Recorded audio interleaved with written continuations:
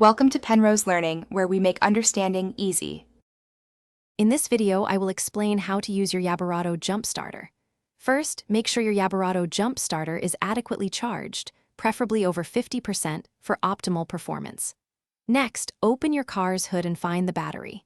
You'll see two terminals, one marked with a plus sign in red and the other with a minus sign in black. Finally, power on your YaberAuto device by pressing its main button. Now, let's connect the smart clamps.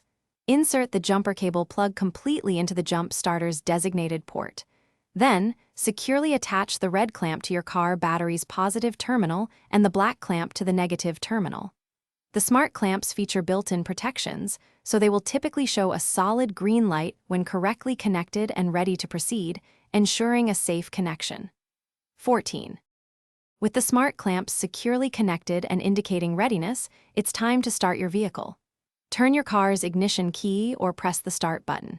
If the engine doesn't turn over on the first attempt, wait approximately 60 seconds before trying again.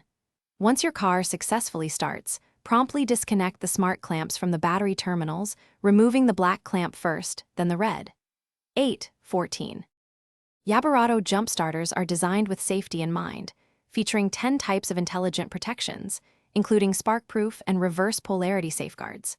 6, 9, 10 Beyond jump starting, many models boast a bright 600-lumen LED flashlight with 3 modes, including SOS.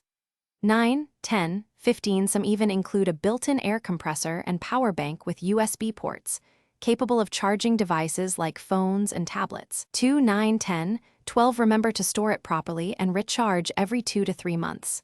7. Thanks for watching. If this was helpful, leave a like and consider subscribing. See you next time.